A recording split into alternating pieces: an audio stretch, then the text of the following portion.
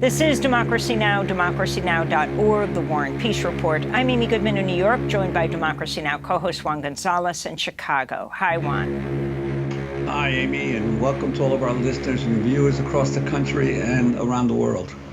At least 2,500 people have died in Morocco following a 6.8 magnitude earthquake Friday night. Another 2,500 people were injured. The death toll is expected to keep rising. The epicenter of the 6.8 magnitude earthquake was in the high Atlas Mountains, located about 44 miles from Marrakesh. Many villages remain inaccessible. Some areas can only be reached by helicopter. The hardest hit areas are among the poorest in Morocco, where many homes lack electricity or running water.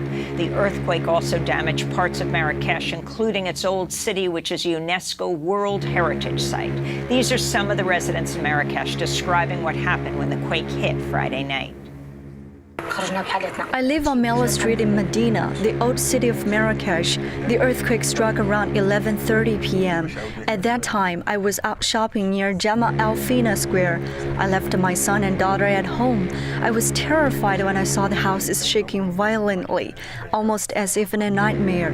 I rushed back home, gathered our clothes and blankets, and prepared to sleep outside. We have lost 9 people that I know of, including a family member and her newborn on Sabara Street. I don't know what to say. It was such a surprise. We were sitting here when this catastrophe happened, and the wall collapsed. There was a tailor in this shop, and he was leaving, and the wall collapsed on him. We got him out. We didn't know what fell on him. We didn't know he was there. People came and dug to find him and got him out. Morocco declared 3 days of mourning for what's become the deadliest earthquake to hit the country in over 6 decades. At the time of the quake, Morocco's King Mohammed VI was in Paris, where he owns a mansion near the Eiffel Tower. He was returned to Morocco, but hasn't spoken publicly yet about the growing humanitarian crisis. The king also hasn't publicly requested international assistance. Morocco's accepted aid offers from Spain, Britain, Qatar, and the United Arab Emirates, but it has not responded to an offer from France. We're joined now by 2 guests. Brahim El Ghabli is chair and associate professor of Arabic studies at Williams College, author of Moroccan Other Archives, History and Citizenship After State Violence. He's from Ouarzazate, Morocco, which was hit by the earthquake. And joining us from Marrakesh is Bilal El Halawi, the head of the English department at Qadi Ayad University. He's also the director of the Master of Linguistics and Advanced English Studies. We welcome you both to Democracy Now! Let's begin in Marrakesh. Let's go to Abdallah El Halawi.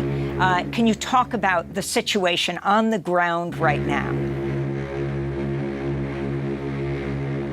Thank you very much. The situation on the ground right now is very scary. People are worried about the potential aftershocks. Everybody here is talking about the earthquake and the incident of Friday at 11:11, still hovering. And yeah, it's very scary. The death toll is increasing. The last number I have is 2,500, and people are still complaining about the lack of food supplies, and their houses are all destroyed, especially in the mountainous areas. Professor, you're joining us from Marrakesh. What happened? Where were you when the earthquake hit? How did it affect the city? And again, there are reports that a lot of the areas in the rural areas are cut off from immediate help. Yes, I am in Marrakesh. I was in Marrakesh. I was at home. And exactly at 11 p.m., I was sitting in the living room, and my little kid was in front of me, and all of a sudden, my little kid was shouting, "Earthquake, earthquake!" That was my third experience with earthquakes, so it was easy for me to recognize that it was an earthquake. We live in a high building, so we had to run downstairs just to find all people crying and shouting downstairs, not knowing what happened exactly. Some of them were sure that it was an earthquake, others were not. But thanks God, I mean, we didn't experience any deaths. in my building and in my neighborhood. My family live in an area which is very close to the epicenter of the earthquake, and some of my family members died there. I'm trying to get in touch with them every day just to learn about their condition, their whereabouts. And yes, they are cut off, they are complaining because they don't have food. Some of them have to sleep in open air, open space, because their houses are destroyed. So the situation is still scary and very problematic. And how are the local authorities and the government responding to the crisis? I receive very contradictory stories depending on the areas. In some areas, it seems that the authorities are responding in positive ways, trying to help the locals with food supplies, with tents, and with sometimes with clothes as well and blankets. But some people in other areas are complaining about the lack of communication with local authorities. Someone called me yesterday saying that they called the Qaid, the gentleman who is responsible for the area, like the mayor of the area, and the response was that he was on vacation and that he could not help them. So these are some of the rumors, negative rumors that we hear about the local authorities, but we are not sure. That's number one, and the stories are contradictory most of the time. I want to bring Professor Ibrahim El Gably into this conversation from Williams College, though your hometown in Morocco, Ouarzazate, is the epicenter of the earthquake. Also, condolences to both of you for what has happened in your country. The death toll only expected to rise. If you could talk more about what you're hearing from family, friends, community in Morocco, but also, where is the king? This word that we're hearing of growing anger that the king has been absent. Does he even live in Morocco, or does he live in France? Well, Amy, thank you so much for having me on your show. It's, these are great questions. Ouarzazate is a little bit removed from the epicenter of the earthquake. However, because of the way Moroccan governorates or provinces are divided, they do share borders sometimes, like the High Atlas is shared between different governorates, and Ouarzazate is one of them. And areas closer to the epicenter are affected, like the rural commune of Talwat, the rural commune of Eghram, and also Tidili. These are areas that are closer to where the epicenter is, and people's houses are damaged. And of course, there is loss of life in the Ouarzazate area. However, the city itself and the villages around are kind of like luckier and safer, despite the fact that they experienced the shock and the trauma of such a tremendous magnitude that a lot of them had never experienced before. When it comes to government politics and where officials are, and it's a lot, like people have been saying a lot of things, I can't really pin down one. I think the king lives in Morocco, and I think that he went to France like a few days before the earthquake happened. And people, of course, were left with a lot of questions about like the government, the response of the government, its immediacy, whether it responded urgently and all of that. And these are really interesting questions that I don't have answers to. But what I really think is the most important right now is for the aid and help, and for people to really be on the ground to support the families, to think about plans to help people rebuild their homes, kind of like resume like some sort of normal life. And the bigger political questions, of course, will be asked later, because I think they can be a diversion if we ask them in the immediate now when people are still mourning and people are still trying to just figure out who died, who survived, who is still under the debris, who has a chance of life. And of course, I wrote a book about Moroccan politics and all of that, and I'd be happy to talk about it another time.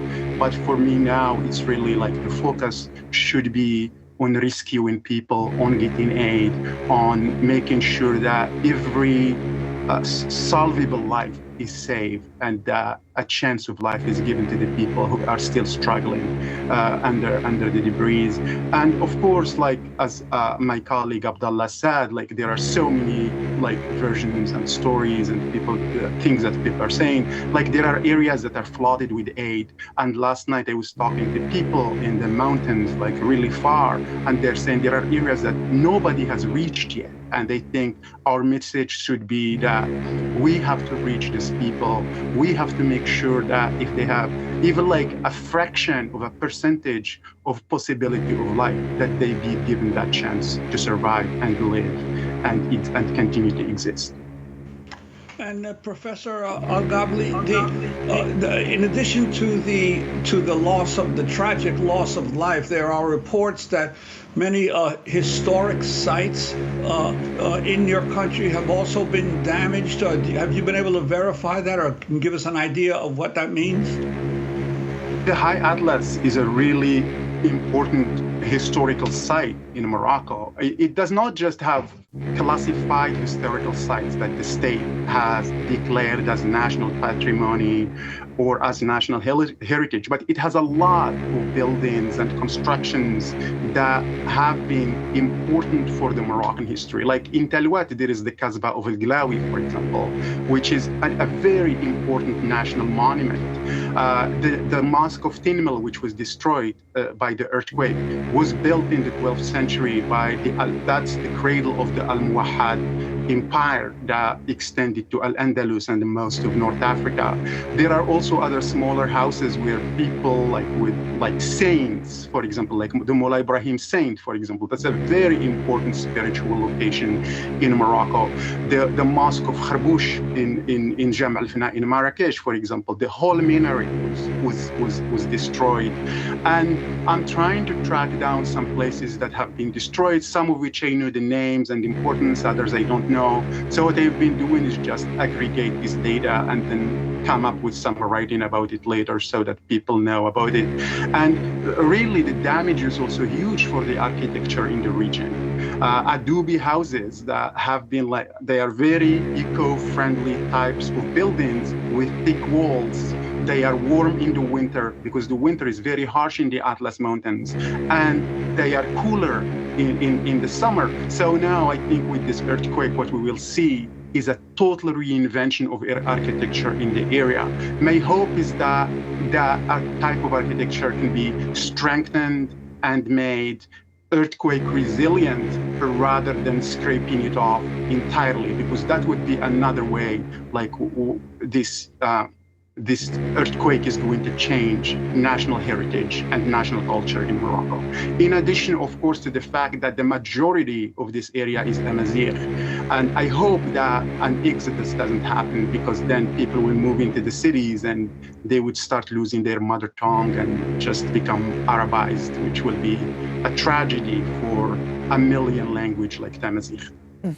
And Professor Abdallah El-Haloui, in Marrakesh, I mean, the Medina is world-renowned, the UNESCO heritage site. When Democracy Now! Was in Marrakesh for the UN Climate Summit, we're just amazed at the history embodied in these buildings and this area. If you could talk more as we wrap up about what you think what people need there right now. If you allow me just to go back to one important point about the mountainous area before I answer your question, I would like to say that the disaster that people have been undergoing is not only about the earthquake in itself, but it's also because, I mean, the area is mountainous. And because the big rocks roll down from the top of the mountain down the valleys. So many of the stories that I heard witness to the fact that their houses were not destroyed by the earthquake per se, but by the rocks rolling down. So what's important to say about this disaster is that it's not only about the earthquake. The people living there are suffering from very cold winters during the winter time, from floods during the summertime, and now we learn that the area is an earthquake area, which means that another type of disaster is added up to the list of disasters they've been undergoing. This is very important to know. Now, going back to your question about Marrakesh itself, I took pictures of some really precious monuments inside Marrakesh, like the Tower of Farbouch, which is one of the oldest prayer towers, mosque towers in Marrakesh, that was totally destroyed. I heard some rumors about the Koutoubia towers, that it was damaged, but that's not true. I checked the place, I checked the tower, but it was not damaged. Marrakesh is historically well known for being representative of a very old Amazigh tradition in Morocco. And now the fact that, I mean, Marrakesh and the areas around it are being affected in this way, there's always this risk of this Amazigh tradition being, that it may be undermined, and that this potential exodus of people, because that's